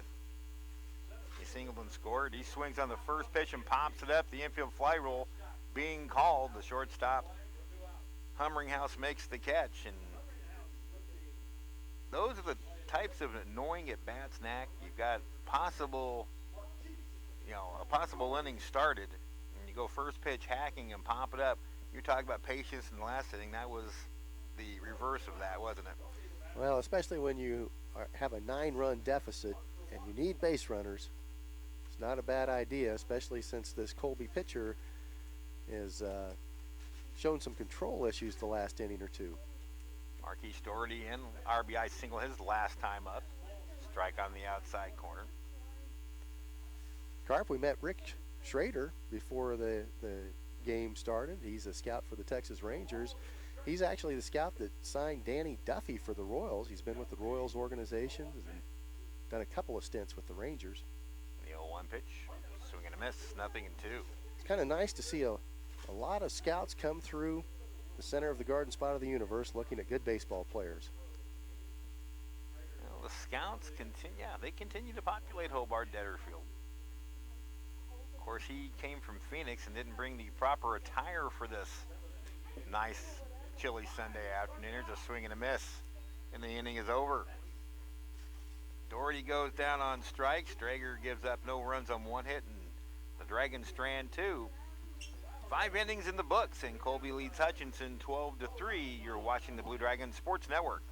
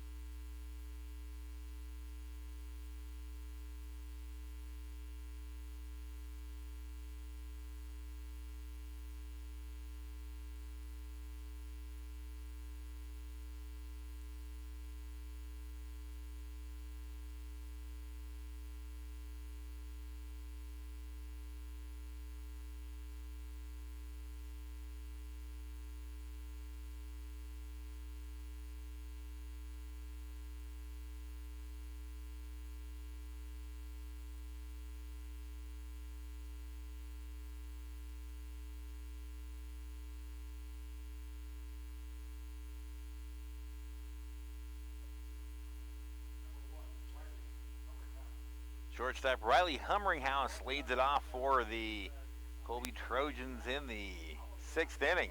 12-3 Trojans. Gage Burns back out to the mound. And he misses inside ball 1. For the Dragon pitching staff, they need to hang a goose egg. They have yet to do that today. They need to start building some momentum. Long series against a very good team. 2-0 now to Humringhouse. Humringhouse 2 for 3, a couple of singles, 1 an RBI single in the 4th. Dragons have been out hit 13-5. Their low hit total has been 6. Strike over the outside corner, and I mentioned that right now they are riding a streak of 13 consecutive games with 10 or more hits. Hutchinson right now at 5. Inside, 3-1. Dragon pitchers have done themselves no favors. Dragon bullpen continues to struggle. 3-1 pitch, over for a strike, full count. Nolan Hoffman worked the first 3 innings today and ran up a pitch count of 80. He gave up 5 runs and 7 hits to pitch. High chopper to short. Cooper plays it on a big hop. Strong throw over, got him by a step, and there's one away. Coop showing his All-American form at shortstop. Had to be patient to play that big hop, and then fielded it and didn't even take a step. Just used that strong arm to gun it out to first to get Hummeringhouse for the first out. Now the second baseman, Drake Kirkwood. He's 0 for 2. Walked in the second and scored, struck out and flew out to left. Strike called. I was mentioning, Coach Neck, this is really kind of an inning the Dragon pitchers need to establish themselves. Yet to throw a scoreless inning. The 0-1 pitch. A little bit high, 1-1. Well, the good news, the sun is peeking out a little bit. The bad news is the wind is still very chilly. The 1-1 from Burns. Swung and fouled off. Nolan Hoffman went 3 innings. Will Irvin pitched 1/3 of an inning. TJ Agbart's 2/3 of an inning. Jose Vasquez did not get a batter out. And now an inning and a third for Burns. He's 1-2 here to Kirkwood. The pitch. Ground ball to third. On the ground, Doge fields and throws, and there's 2 away. First time the Dragons, or second time today, the Dragons have had the first 2 batters retired. Carp, you've had the opportunity to watch Doge at third base quite a bit this year. Last year he played in the outfield. What are your thoughts about his transition? He's handling the routine well, and but the adjustment's still there. There's a couple of plays, chopping balls down the line he's struggling with a little bit, but he's an infielder by trade, and he's made a pretty strong adjustment in the third. Ball 1 to the leadoff hitter Granton. He's already committed for next year. Tulane University. Where do you see him playing at Tulane? Now, Tulane is a school that normally has a ton of stud infielders, so I could see him back out in the outfield. 3-0 now. Mom, listening down in Reston, may think differently. Well, I think they should listen to her. Wherever she says that he should play, that's Always where I would listen put to Mom. him. That's right. There's the cripple. She knows him over better than first anybody. strike. She knows him well, and I'll tell you what, we've never had a player hit more home runs than Caden Doge. The 3-1 delivery. Inside ball 4, not by much. Has been a bit of a tight strike zone.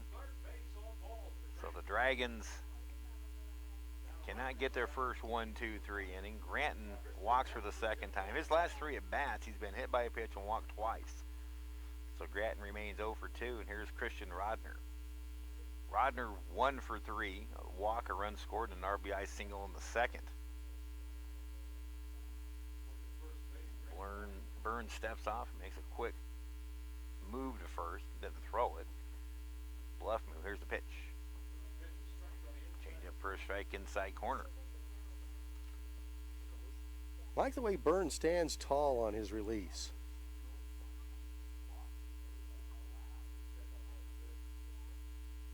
Here's the pitch. Taken high. Comes straight over the top. Very traditional release for a pitcher. You don't see that release much anymore. Everybody wants to, they come down to that 3/4 to 7/8 slot. Pitch. Over for a strike, 1-2.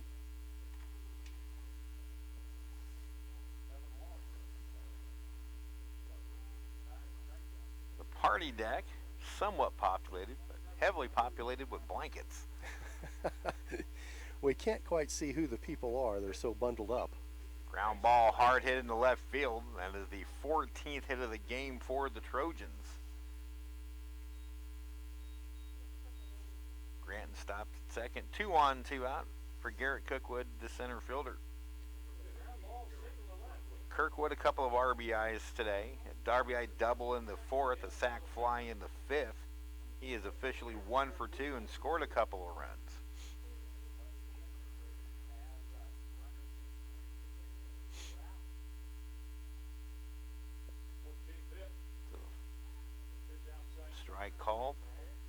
Dragons have now given up the most hits this season. Again, we mentioned Seminole State had 13.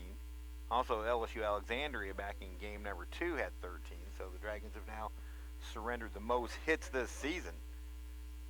Burns comes set and looks for an 0-1 to Kirkwood. Here it is. In the dirt, past the catcher, and everybody moves up. So more two-out trouble. Yet another wild pitch for Blue Dragon pitching. That's the second one uncorked by Burns, the sixth of the game by the Dragons. 6 pitches, and many more than that blocked by Stevens. Indeed.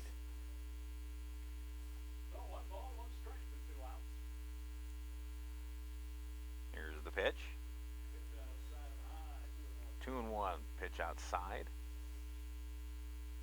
Right now, this game is in the hands of Burns. There's no more action in the pen. Long series awaits the Blue Dragons. The pitch.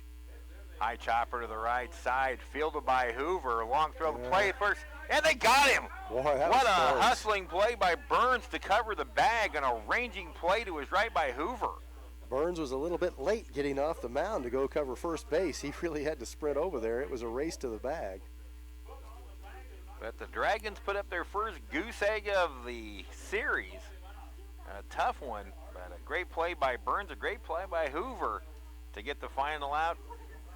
And Hutchinson now trails Colby at 12-3, heading to the bottom of the sixth here at Hobart Detter Field.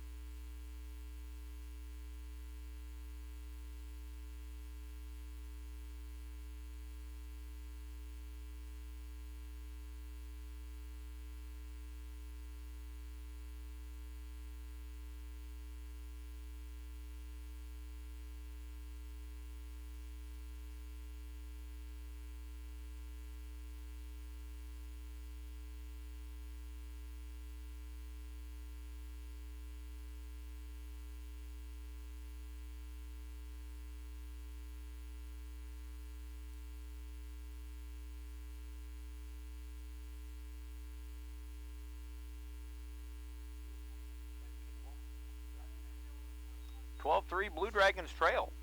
Just 2 at-bats remain in this first game of this 4-game set. Drager has been impressive on the mound for the Trojans. Struggled a little bit in the bottom of the 4th after a long top of the 4th where he sat and probably got a little bit cold. Stevens, Divis, and Cooper here in the bottom of the 6th. And Garrett Stevens swings and misses the first Drager offering, his 86th pitch. Stevens 0 for 1, flew out to center field his first time up, walked in the 4th. Now 1-1. 12 runs, 14 hits, no errors.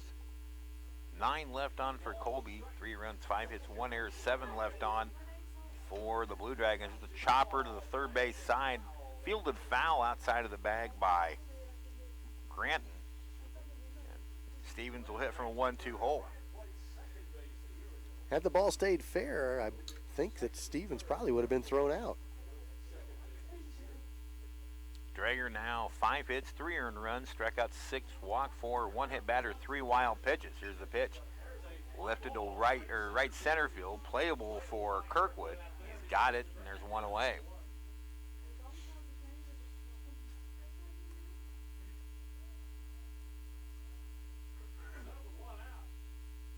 So 1 away for Wyatt Divis, the designated hitter. Divis, an RBI fielder's choice in the 4th, 0 for 2.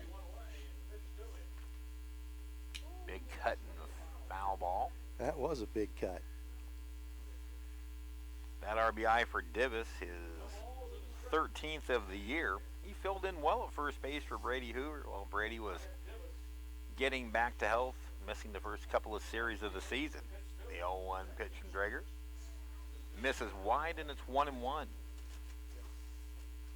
The wind is really howling right now. It's blowing up some dirt from the warning track. The pitch. Slice foul again, 1-2. We have had our share of wind in the Salt City, and in fact, throughout the state of Kansas this weekend. Do want to give a Blue Dragon shout out to all the firefighters and first responders who handled the Highlands fire this week. They were put to the test and won. The pitch got him swinging on a changeup. Certainly our thoughts and prayers go out to the families who lost houses to the wildfires. Indeed. Tough situation. There's Shane Cooper. Probably his last chance to extend his hitting streak, which is at 14. Coop has flown out twice and walked. Thought he had it in the first. Pops this one up. Foul territory, first base, maybe playable. Yeah, the wind and kept he's it in got play. Rodner has it, and that's the inning. 3 up and 3 down. So the wind blows it back in. Cooper goes hitless on the afternoon to this point, and the Dragons are turned away in the 6th. We head to the 7th, 12-3 Colby.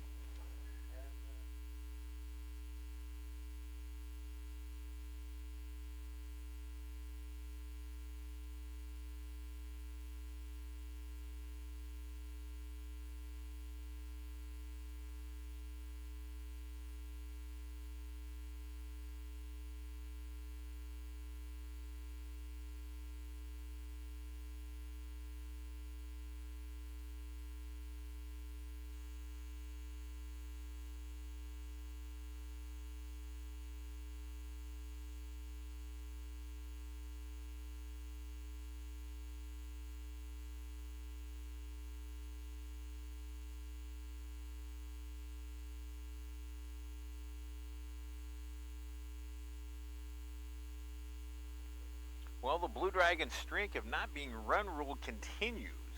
We head to the 7th inning. This is the final inning of this one. Dragons need to score at least 9 to stay alive, but now Gage Burns goes after a second straight scoreless inning. Colby with 3 in the first, 1 in the second, 1 in the third, 5 in the fourth, 2 in the fifth. They came in with a tremendous hitting approach against Nolan Hoffman. Had him on his heels when he didn't have his best stuff and really jumped on him. No, Hoffman, for uncharacteristic, was not getting ahead in the count early in this game.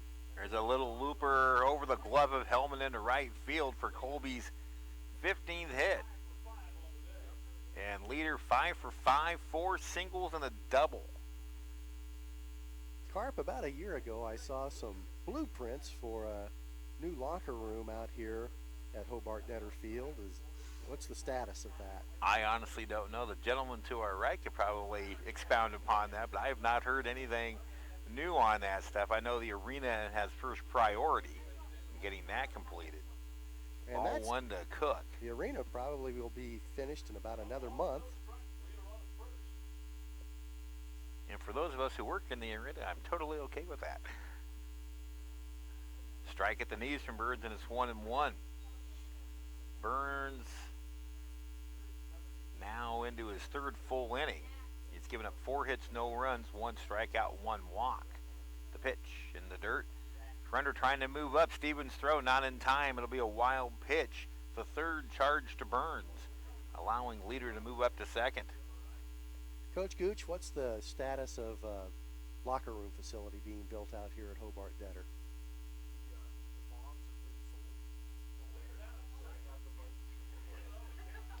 3-0 the count now to Cook. Leader at 2nd. So it looks like it will happen. That pitch gets by, another wild pitch, and leader moves up to 3rd. Coach Gooch reports that the athletic director here at Hutchinson Community College says that the funding is in place to construct a new locker room facility out here at Hobart Netter Field, and that project will get underway after the sports arena is finished. Coach Gooch is the man in the know. Way outside, and it's another walk First and third, nobody out here in the seventh. It is now 6 walks surrendered by Blue Dragon pitching. 2 by Burns, 2 by Vasquez, 2 by Hoffman. And Cole McLaren, the batter, 3 for 4 with 4 RBIs. So he's had a huge day for Ryan Carter's team, and he takes strike 1 at the knees. Knack, the good thing about baseball is you get blown out of one game. It's one game. You can turn right around and turn things around very quickly. That's right, and in baseball, nobody goes undefeated. In baseball, if you can win 2 out of 3, that's a pretty successful series. That's the key. Win the series. 1-1 now. Burns comes set and delivers. The conference series, though, go 4 games apiece, so you certainly like to win at least 3 out of 4 whenever possible. Your bare minimum is splitting. It's hard to sweep, and the Dragons got that done at Seward. That's a really impressive accomplishment to go to Liberal and sweep Seward. Pitch outside. That is the first time since this format began in 2008. Hutchinson is the only team to ever sweep Seward in a series. They've done it once here, and they were the first team to ever do it at Brent Gould Field and Liberal. That's a accomplishment to be proud of. 2-2 pitch, chop foul at the plate.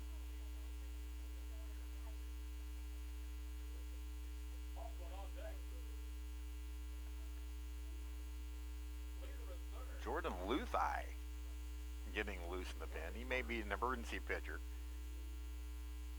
2-2 pitch. Chop foul. Burns up to 50 pitches. Luthi in middle infielder. Well, that explains why I can't find him on my list of pitchers.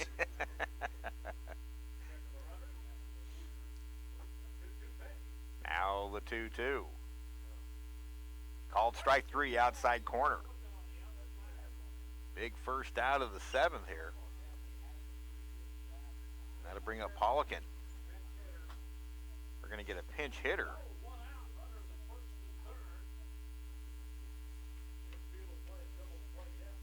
It will be Will Method out of Arvada, Colorado.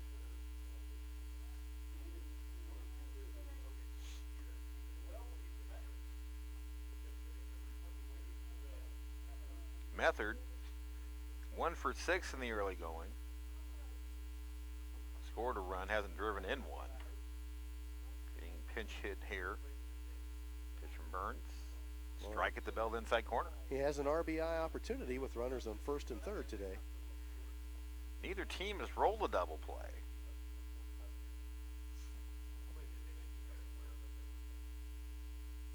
Alley 0-1. Just off the plate wide. Heard that pop. That's Burns is throwing hard.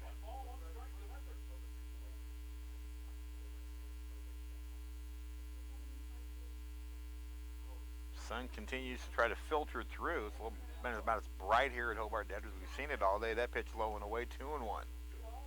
It's one of those days where you look out the window and you think, my gosh, it's probably a nice day. And then you step outside and it's a 30-mile-an-hour cold wind. Up the middle and through for a base hit. So Method, pinch hitter, comes through to make it 13-3. There's that RBI for Method. Leader scores from third. Cook stops at second. And the Trojans have a 10-run lead. And again, just not over-swinging, I guess is the point I'm trying to make. They're just basically hitting the pitch where it's being thrown. He just made contact and let the bat do the work. And here's Humringhouse. He's had a good day. 2 out of 4. Strike called from Gage Burns. 16 hits now for the Trojans.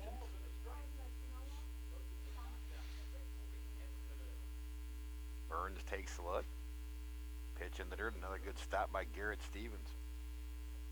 These two teams were locked into the longest game in Blue Dragon history in Ryan Schmidt's first year here. How many innings? 19. 19 innings. The Blue Dragons got a walk-off win in the bottom of the 19th inning to win it 10-9. We're going to foul ball. Right now, the name escapes me, but the winning pitcher that day threw the final 10 to get the win. Oh, my goodness. A 10-inning victory. 10-inning victory in relief. That's Satchel Paige type stuff. Here's the pitch. Slice foul off to the right and remains 1-2. Colby had taken the first 3 games of that series, and Hutchinson, for you talk about sweeps, has never been swept here in a 4-game set since we've gone to this setup, and that was as close as they've ever gotten. But they battled to win that one in 19 innings. Pitch in the dirt, 2-2. That was the last game of the series? That was the last game of the series. Wow.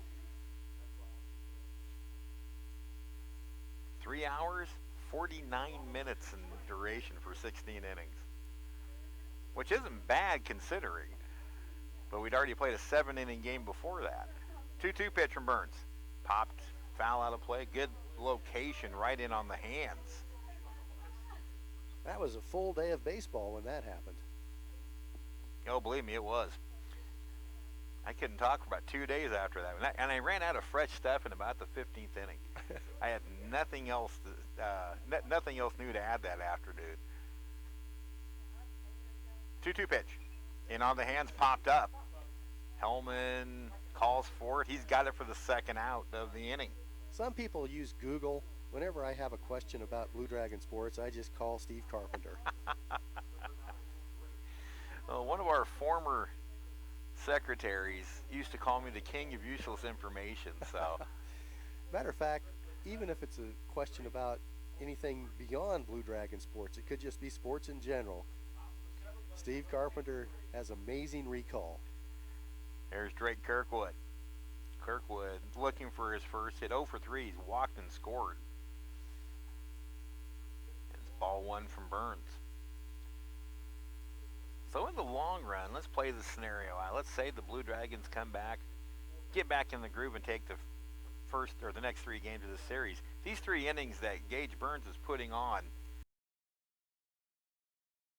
Struggle to find pitchers today that could record outs. Just wasn't their day. 1-1. That's the way baseball works. No matter how good of player you are, occasionally there's a day where the other team gets to you. I mean, your opponent's working hard too. They're trying to succeed. A humbling game is the best way I've ever heard baseball described. There's a high fly ball. Morganson going back, still going back at the wall, and it's gone. Yeah, a 3-run home run for Kirkwood. Kirkwood had a good day. That one was, he got that one up in the jet stream.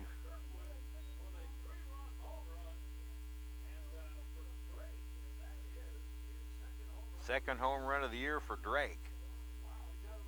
And it is 16-3. 17 hits now.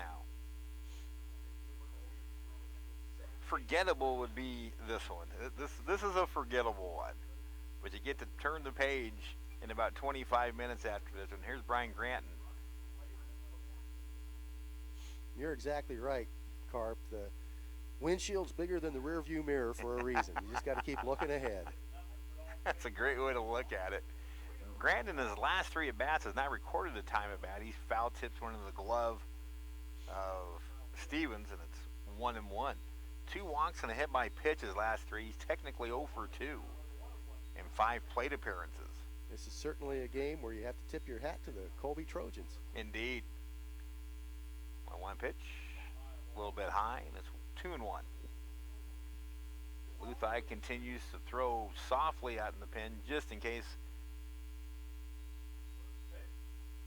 Here's a swing and a foul ball at the plate.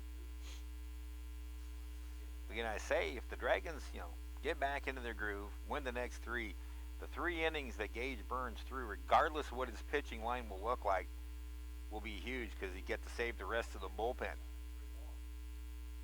Pitch hit him. Tried to overthrow that one and got him right in the lower leg. Who do you think is scheduled to be the starter for Game 2 today?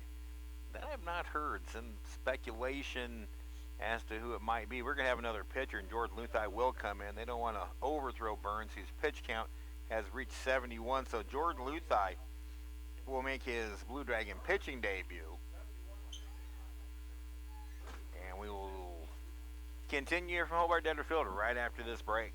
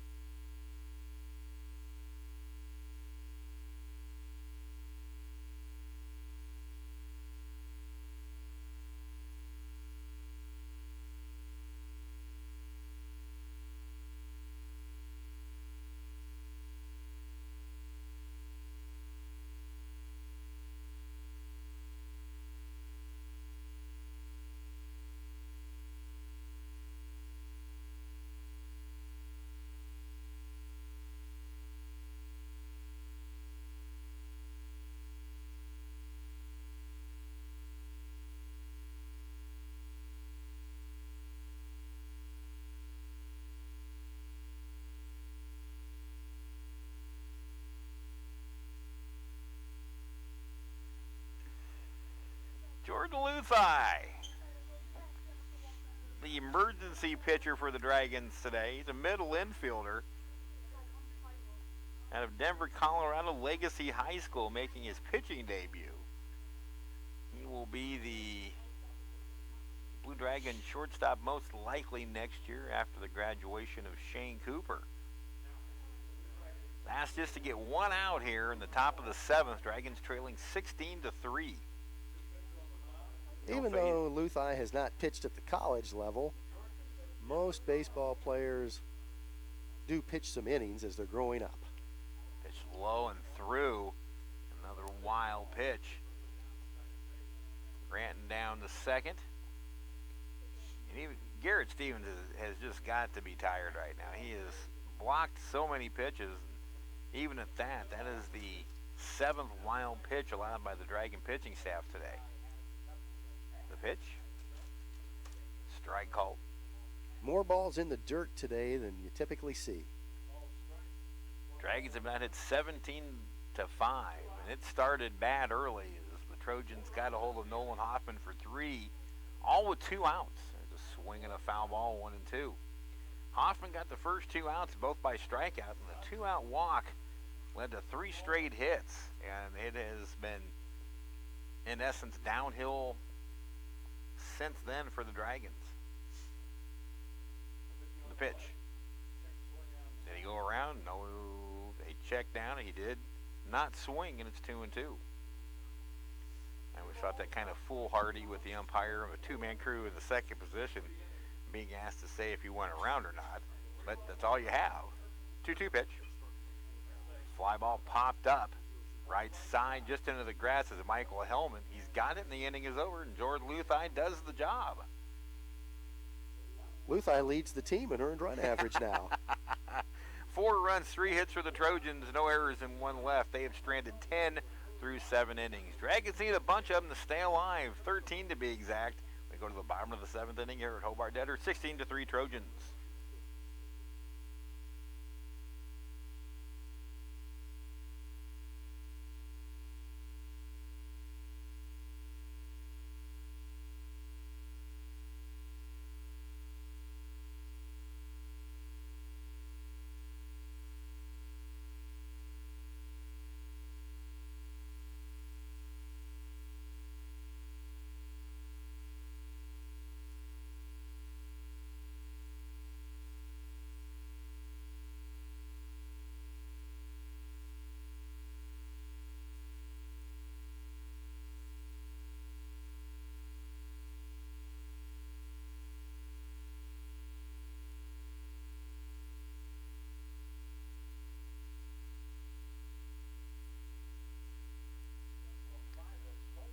Chase Drager is going to go for the complete game. Drager came in with a 1-2 record and a 6.56 ERA. And while the first 3 innings were sharp, he gave up a couple in the 4th. Other than the Hellman home run in the first 3 innings, he was very sharp. And now he goes after the complete game to try to tie his, or even up his season record. Michael Hellman will lead it off. It'll be Hellman, Morganson, and Doge. Dragons need 13 to stay alive in this one. Here's Hellman. Takes a pitch over right down the heart for strike 1. Michael Hellman, 2 for 3. He now has a 16-game hitting streak. There's a swing and a fly ball, well hit center field. At the walls, the center fielder, it's gone. Michael Hellman continues his tear, his 3rd 2-run home run game of the season, all within the last 8 days, and it is 17-4.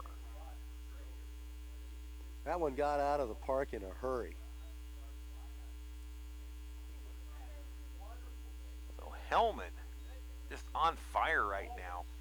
Now over that hitting streak, 36 for 64, Coach Knack.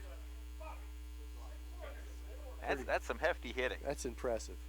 Here's Morganson looking for his first strikeout of the, or first hit of the day. He's trying to avoid the golden sombrero for 3 with 3 strikeouts. Open stance from Morganson. Here's the pitch. High for a ball. He got off to a great start with an 11-game hit streak to start the season. And he's still second on the team entering play into this game at 439. And it will drop a little bit. We'll have the updated averages for game number 2 at the completion of this one, which we got 25 minutes after the completion of this one. The pitch. High pop. Down the left field line. Giving chase is the third baseman, and it lands foul. Long run for Grant, and he couldn't chase it down. Shortstop, third baseman, and left fielder all made a long sprint in an attempt to chase that ball down. None of them could get there. Caitlin, we have 6 hits. 6 hits in the game for the Dragons. 3 of them belong to Michael Hellman. And now ties the season low, so the Dragons have at least reached that point, but their streak of 13 consecutive games of 10 or more hits in serious jeopardy. 2-1 pitch. Chop to the right side. Kirkwood has it on a big hop and throws Morganson out. He's over 4, and there's one away here in the Dragon 7th. Now to bring up Caden Doge. Doge has walked twice and struck out. He's looking to extend a hitting streak. Shane Cooper's 14-game streak now in jeopardy. Hackle extended his to 11. Hellman extended his to 16. There's a high pop in the infield by Doge. The shortstop drifting into the center field, and Humringhouse makes the catch, and there's 2 away. Almost popped out of his glove. That was a major league pop-up. It went high into the air, and the wind wreaked havoc with it. That becomes a tough play with that wind. We'll have a pinch hitter. It'll be Jordan Henning. Pinch hitting for Brady Hoover.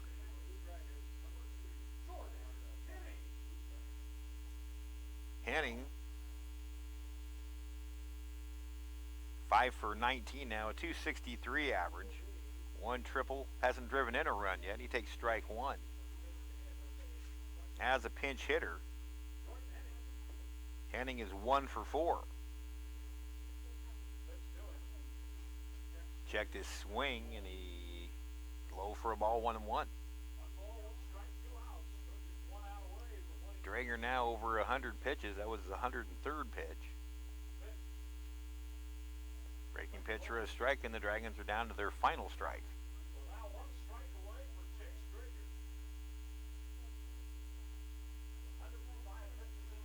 The wind in the 0-2. Slice foul. Pretty good fastball. Henning was behind.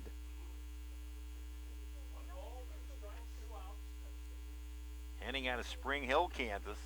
Redshirt freshman. 1-2 pitch. Called strike 3, and that's the ball game. 16-4, the Dragons drop the series opener. And we'll wrap it up after this break. This is the Blue Dragons Sports Network.